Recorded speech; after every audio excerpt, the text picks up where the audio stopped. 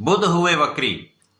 नवग्रहों में युवराज बुध 2 अप्रैल से अपनी वर्तमान राशि जहां पर ये गोचर कर रहे हैं मेष राशि में वक्री अवस्था में आएंगे, अर्थात इनका गमन एक राशि पीछे की ओर हो जाएगा। जब भी कोई ग्रह वक्री अवस्था में आता है तो ये अपनी गति को स्लो कर देता है। जब गति इनकी मंद हो जाती है तो इनका प्रभाव बढ़ जाता है, इनके सामर्थ्य में, इनकी क्षमता में वृद्धि हो जाती है।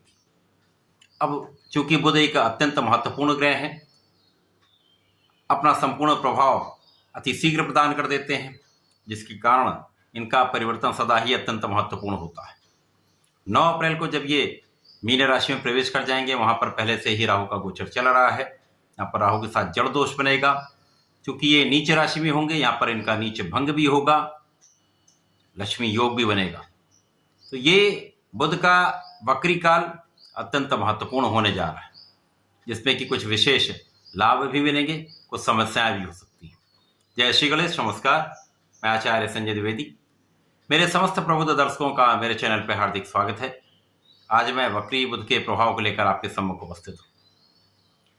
9 ग्रहों में युवराज बुध अत्यंत श्रेष्ठ प्रभाव देते हैं, अपना संपूर्ण प्रभाव अति शीघ्र प्रदान कर देते हैं। इस समस्त जगत में प्रत्येक क्षेत्र में बुध का कार्यकत्व होता है, इसीलिए इनका परिवर्तन भी सदा महत्वपूर्ण होता है। चाहे किसी प्रकार का कार्य हो, नौकरी हो, व्यापार हो, कला का क्षेत्र हो, मैथ शिक्षा का क्षेत्र हो, कैलकुलेशन गणनाओं का क्षेत्र हो, किसी भी क्षेत्र में इनका संपूर्ण प्रभाव होता है।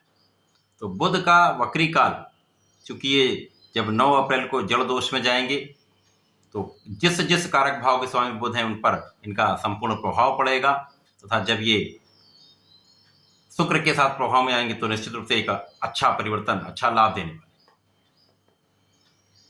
प्रारंभिक समय में गुरु के साथ इनका गोचर होगा, जिसके कारण एक सकारात्मक प्रभाव मिल रहा है।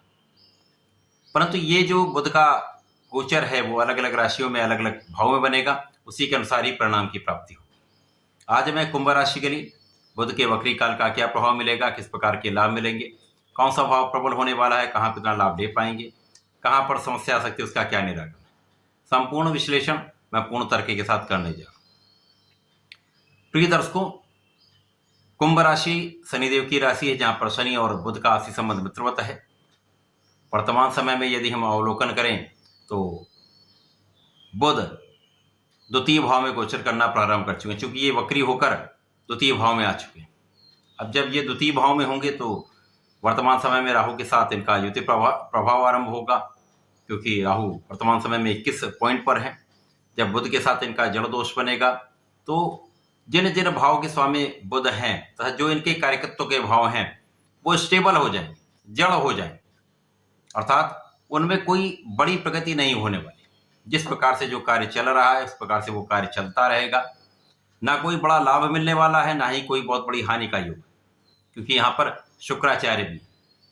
अब चूंकि शुक्राचार्य अपनी उच्च राशि में है, अत्यंत बलवान स्थिति में है, यहाँ पर जब बुध जाएंगे तो बुध अपनी नीच राशि में होंगे तो इनका नीच भंग हो जाएगा।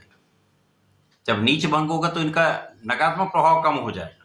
कुंभ राशि के लिए यदि अवलोकन करें तो बुध यहाँ पर आपके पंचम के स्वामी हैं तथा आपके अष्टम के स्वामी,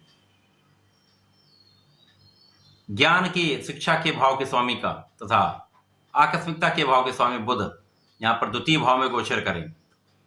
अब चूंकि द्वितीय भाव धन का भाव है, पारिवारिक संपत्ति का भाव है, परिवार का भाव है, यहाँ पर प्रारंभिक समय में कुछ समस्याएं उत्पन्न हो सकती हैं। जब जड़ होगा तो धन का उतना लाभ आप नहीं ले पाते, क्योंकि धन का भाव है। ज्ञान के क्षेत्र में कहीं न कहीं कुछ अवरोध आ सकते हैं, पढ़ाई में उतना मन नहीं लगेगा, जो विद्यार्थी गण हैं उनके साथ कंसंट्रेशन ना हो पाने की समस्या हो सकती है, पूर्ण रूप से उनका मन पढ़ाई में नहीं लगेगा, उचट सकता है। तो यहाँ पर आपको धैर्य रखना होगा, अपने आत्मबल को प्रबल करना होगा। जब आपका आत्मबल प्रबल होगा तो निश्चित रूप से यह अत्यंत श्रेष्ठ प्रभाव मिलेगा।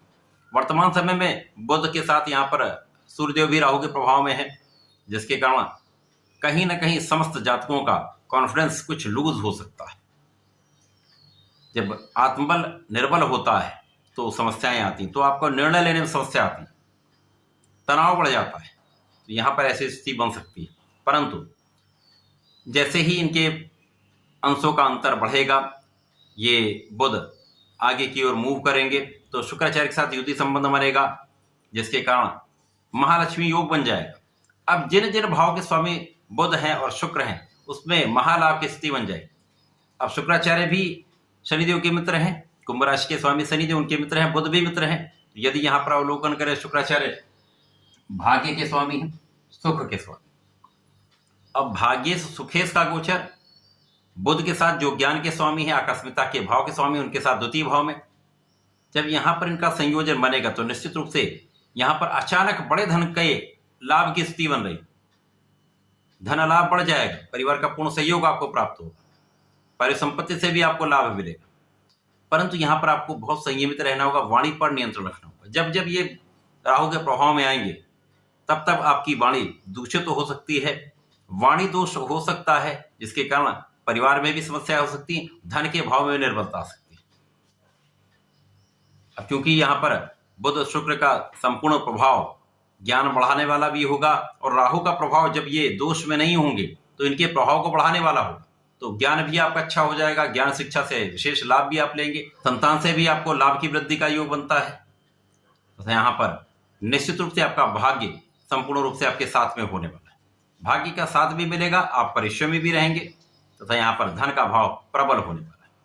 परंतु जब पुनः शुक्र राहु के साथ युति प्रभाव में होंगे, जब अंशों का अंतर कम होगा, इसी प्रकार से जब बुध वापसी करेंगे, मार्गी काल में आएंगे, तो भी इनका वही प्रभाव मिलेगा, दूषित प्रभाव मिलेगा।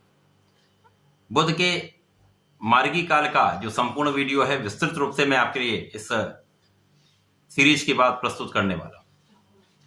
तो ये बुध का वक्री काल कुंभ राशि के जातकों के लिए प्रारंभिक समय में कुछ समस्या देने वाला है, परंतु उसके पश्चात एक अच्छा लाभ देने वाला है। इस समय में आपको नियमित रूप से भगवान गणपति की शरण में रहना चाहिए। प्रतिदिन ओम गंग गणपतये नमः का कम से कम एक माला का जप करना चाहिए। गणपति स्तोत्रम का यदि आप पाठ नित्य कर लेते हैं तो सारे संकट भी दूर होंगे, समस्याएं दूर होंगी, लाभ की वृद्धि हो जाएगी। तो ऐसा करके समय का लाभ लें। धन्यवाद, नमस्कार।